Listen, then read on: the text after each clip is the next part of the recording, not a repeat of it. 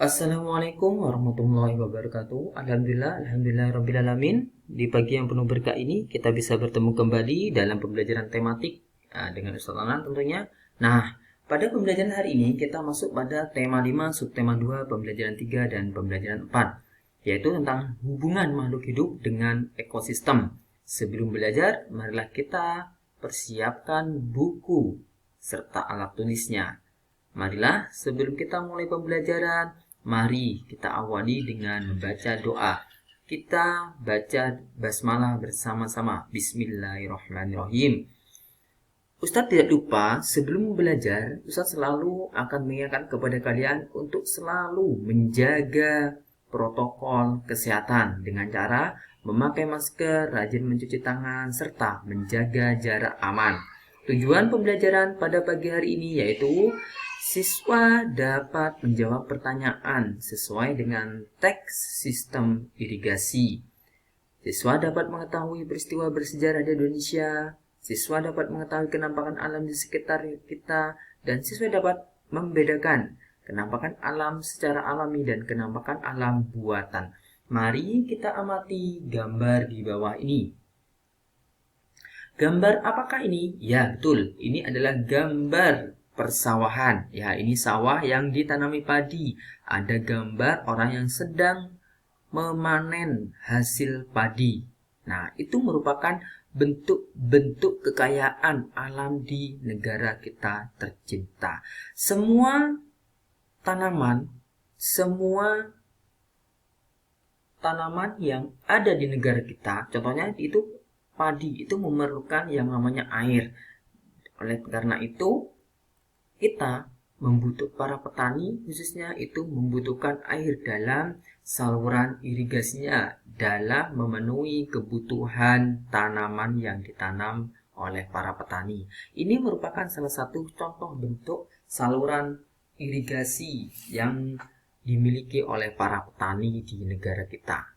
Nah, Indonesia memiliki tanah yang subur dan mudah ditanami tanaman pangan. Oleh karena itu, banyak warga negara kita berprofesi sebagai petani dengan memanfaatkan pertanian yang ada di negara kita. Nah, di sini tidak lepas dari gambar yang kalian amati, yaitu tentang tanaman padi. Di sini ada bacaan tentang sistem irigasi Subak, yaitu sistem irigasi yang ada di Provinsi Bali. Subak merupakan sekumpulan petani di Bali yang mengelola sistem irigasi yang ada di sebuah kawasan persawahan. Kawasan persawahan itu biasanya dibatasi oleh kenampakan alam seperti sungai, jurang, atau kenampakan alam yang lain. Nah, satu kelompok Subak biasanya memiliki satu sumber air yang mengalir ke sebuah sungai yang melewati atau berada dekat dengan persawahan. Para anggota kelompok Subak menggunakan sistem gotong royong dan saling membantu dengan cara meminjam air, bukan utang piutang. Sistem irigasi Subak dipimpin oleh seorang pengatur yang disebut pekaseh. Para pekaseh bekerja sama dengan perangkat desa untuk menjalankan setiap tugasnya. Mereka mengatur dan memberitahukan kesediaan air pada areal persawahan. Apabila kekurangan air, sistem pinjam air dijalankan agar semua petani mendapatkan air yang cukup. Nah, Subak ini mempunyai salah satu tugas itu membagi air supaya semua petani yang ada di sekitar wilayah tersebut mendapatkan air yang cukup untuk tanamannya. Nah, makna dari teks bacaan di atas yaitu adanya kerjasama antar petani, adanya saling menghargai, dan adanya saling gotong royong. Nah, bangsa Indonesia telah kita ketahui bahwa bangsa Indonesia itu telah berjuang bersusah payah untuk mendapatkan kemerdekaan.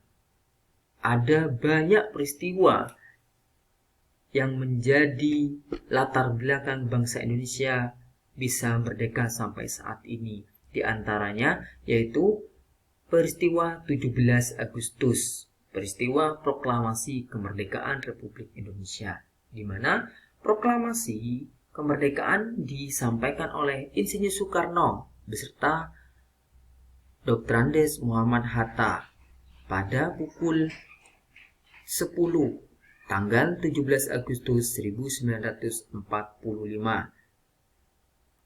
Nah, proklamasi kemerdekaan itu berbunyi seperti ini. Kami bangsa Indonesia, dengan ini menyatakan kemerdekaan Indonesia. Hal-hal yang mengenai pemindahan kekuasaan dan lain-lain diselenggarakan dengan cara yang seksama dan dalam tempo yang sesingkat-singkatnya.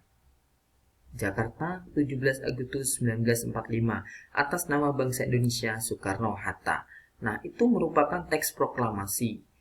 Dan selanjutnya, keragaman kenampakan alam. Apa pengertian kenampakan alam? Kenampakan alam artinya segala sesuatu di alam atau segala sesuatu di atas bumi yang menampakkan diri atau menunjukkan diri kepada kita. Contohnya ada persawahan, ada pegunungan, itu merupakan salah satu contoh kenampakan alam.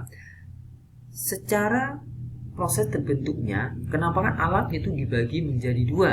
Ada kenampakan alam secara alami dan ada kenampakan alam buatan. Contoh kenampakan alam alami yaitu adalah gunung. Gunung itu apa? Bagian permukaan bumi yang menjulang tinggi. Dan contoh kenampakan alam buatan adalah bendungan.